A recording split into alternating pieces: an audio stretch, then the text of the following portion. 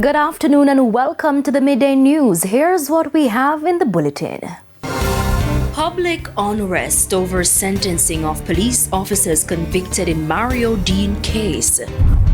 FID warns Jamaicans as money mule cases increase. And later in sports, Windies coach wants change to batting approach. Thank you for joining us. I'm Amoy Harriet. Here are the details. Medical technologists employed to the Western Regional Health Authority are back on the job following 2 days of industrial action that disrupted diagnostic services at several hospitals. This impacted key operations at facilities like the Cornwall Regional and Samnalamar hospitals, where testing and lab services were significantly reduced. Now, the technologists took industrial action for what they say are years of neglect over their welfare and working conditions.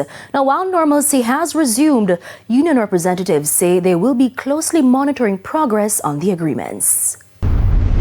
Late yesterday evening, the ministry had instructed the Western Regional Health Authority to make some commitment, and that we received by way of a letter last night committing to timelines in terms of implementing some of the issues that are outstanding. For example, we have a timeline that the lab coats will be provided within 2 weeks for the resolution of the provision of the laundry allowance that the workers are entitled to and have not been receiving since April 1, 2024. That is a laboratory technical assistance. We have received timeline for the resolution of the outstanding uniform material, and all of that was sent in a letter last night. Now, we continue to get reactions to the sentencing of the police officers convicted in connection with the 2014 death of Mario Deane. Deane's mother, Mercia Fraser, has expressed disappointment with the court's decision, saying the punishment handed down does not reflect the gravity of the suffering her son endured. But as you'll hear in this report, Director of Public Prosecutions Paula Llewellyn insists it was done with established legal standards and procedures. Nearly a decade after Mario Deane was beaten while in police custody and later died from his injuries, 3 lawmen were found guilty and sentenced. But for Deane's mother, Mercia Fraser, the outcome brings little comfort.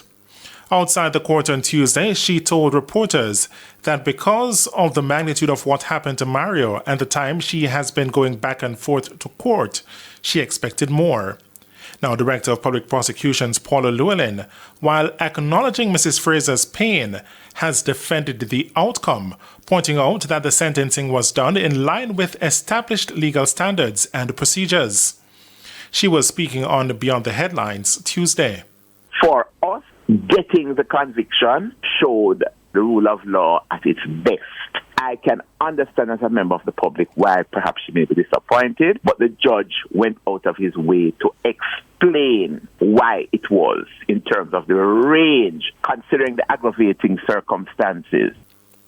She further explained that the presiding judge weighed several legal factors, including the roles played by each officer, before arriving at the final decision. The reasoning of the judge for the differences in sentencing rested on the fact that woman Corporal Elaine Stewart was the most senior police officer on the scene and she was the supervisor.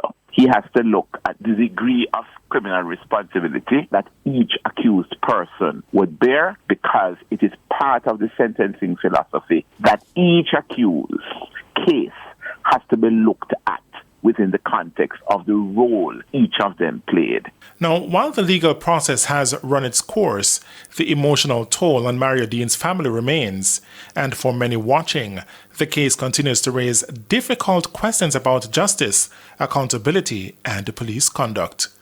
O'Shane Masters, TVJ News. A stern warning this afternoon to the public to avoid knowingly or unknowingly becoming money mules for criminals.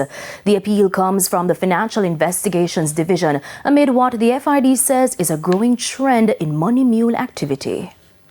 The promise is fast cash, but for some Jamaicans caught in the money mule game, it's a one-way ticket to trouble. The Financial Investigations Division (FID) says it's seeing an increase in criminal cases involving money mules, individuals who knowingly or unknowingly transfer illegally acquired money for criminals. The most recent case is that of a $96 million fraud scheme involving unauthorized point-of-sale transactions carried out between November and December 2022. The case has been under investigation by the FID in collaboration with the JCF's Constabulary Financial Unit within the Counterterrorism and Organized Crime Investigations Branch (CTOC). 3 persons have been arrested and charged. Additionally, in December, a 22-year-old woman was convicted for her involvement in a multi-million-dollar SIM swap fraud scheme targeting customers of local banks. Keith Darian is Principal Director of Financial Crimes Investigations at FID. Too many persons, some knowingly, others out of ignorance or misplaced trust, are allowing themselves to become money mules for fraudsters. You may think you're just doing a favor, accepting a transfer or helping a friend with a transaction. But when the money is tied to a criminal conduct, you become a co-conspirator in a financial crime and you will be held accountable under the law. Mr. Darian noted that the law doesn't excuse ignorance and willful blindness. This isn't just about the masterminds. The law does not excuse ignorance and willful blindness. If you facilitate criminal property, you will be charged. Protect yourself. Protect your future. Don't be a money mule. We commend the continued collaboration between the FID, CTOC, and the Constabulary Financial Unit. Together, we are working to dismantle financial crime networks at every level, from orchestrators to facilitators.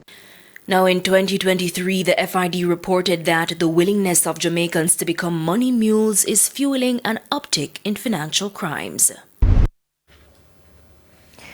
Now, one of Trelawney's most wanted men was shot and killed in an early morning police operation in Hague, Falmouth. According to reports, the lawmen were in search of Akeem Frame, who is wanted for a murder case in the parish. However, the police say upon their arrival to the area minutes to 4 o'clock, they were greeted with gunfire from another wanted man. The fire was returned and the deceased, identified as Matthew Reed, was killed. Matthew Reed is a known criminal suspect to the police from the Area 1 division. Matthew Reed is originally from the St. James. He has a long history of criminality, to include robbery with aggravation way as far back as 2015, murder in 2016, and illegal possession of firearm.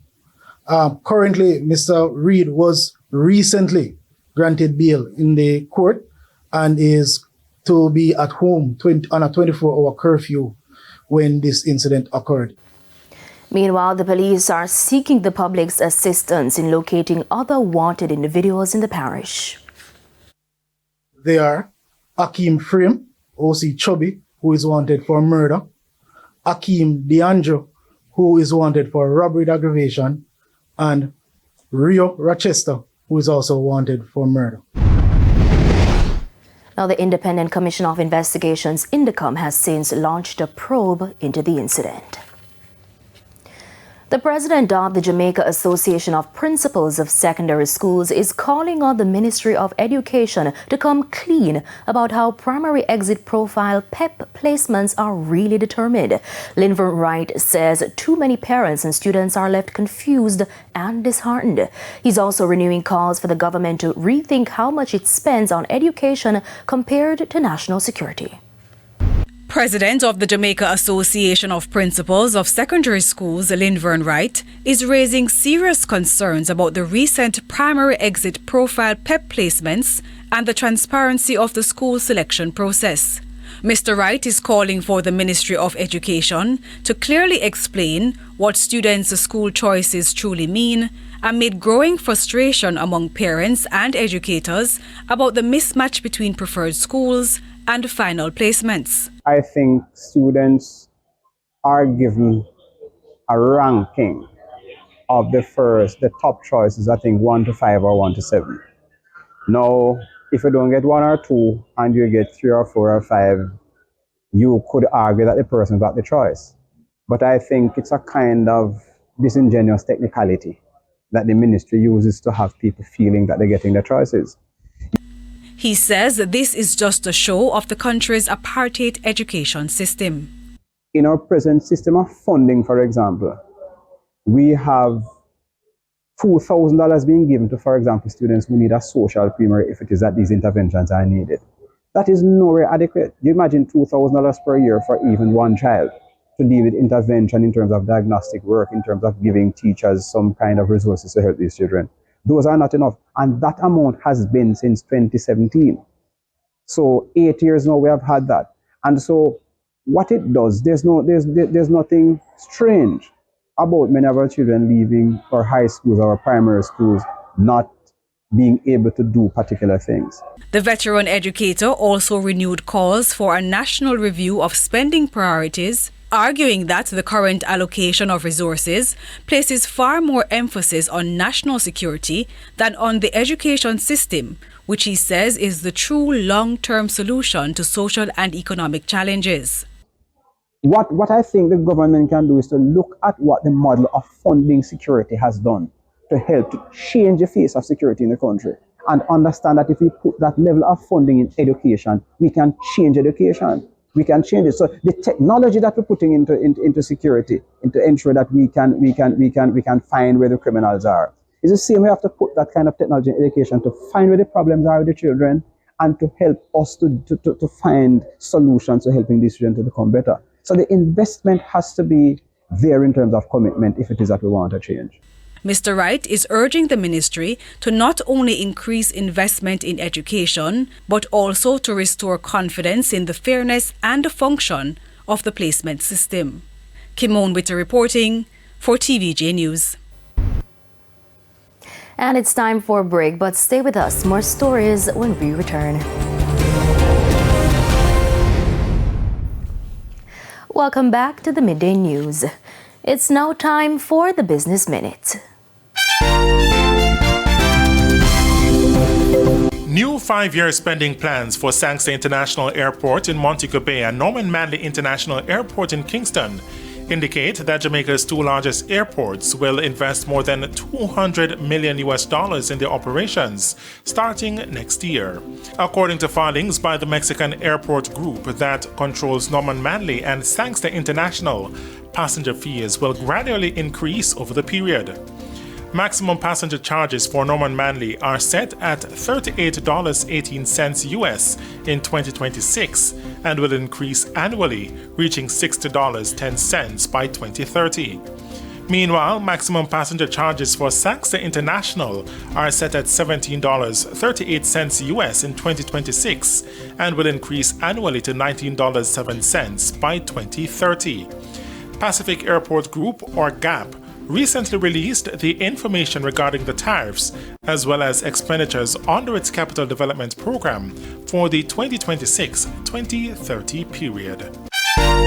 Job openings in the U.S. are up for the second time in as many months. The nation's labor market had nearly 7.8 million open positions in May, according to the Bureau of Labor Statistics. Officials there say that's a high not seen in half a year, an increase from the 7.4 million jobs reported in April. Now the June jobs report is scheduled to come out on a Thursday.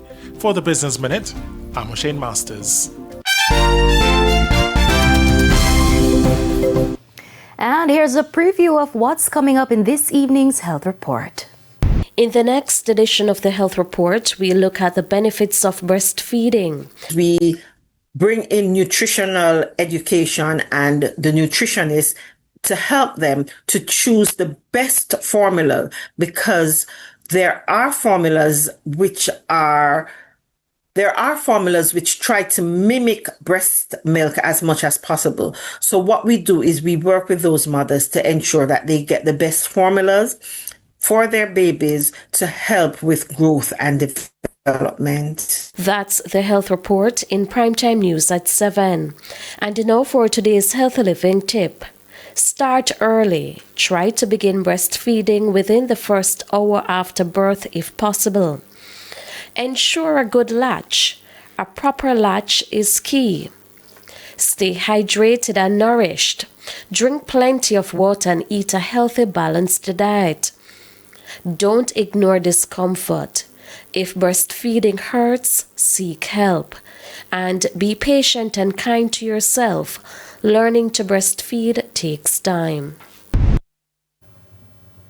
And it's time now for a look at some of the major stories from around the world. In the region, the World Health Organization (WHO) says Suriname has become the first country in the Amazon region to receive malaria-free certification. This follows nearly 70 years of commitment by the government and people of the Dutch-speaking CARICOM country to eliminate the disease across its rainforests and communities. Further overseas, jurors in the federal criminal trial of Sean Diddy Combs on Wednesday morning found the hip-hop mogul guilty of 2 of the 5 counts filed against him, acquitting him of the other 3. The 12-member panel acquitted Combs of 2 counts of sex trafficking and a single count of racketeering, but they found him guilty of 2 counts of transportation to engage in prostitution related to both his ex-girlfriend Cassie Ventura and another woman known only as Jane. The 55-year-old who could have been sentenced to life in prison had he been convicted of racketeering or sex trafficking now faces a maximum of 10 years in prison. And a warehouse storing fireworks in California, United States caught fire and exploded Tuesday, causing fireworks to detonate above the site. The warehouse fire caused multiple spot fires, covering an area of around 80 acres in total. The cause of the fire and explosion are unknown at this time, and it's unclear if there are any injuries. And those were some of the major stories from around the world.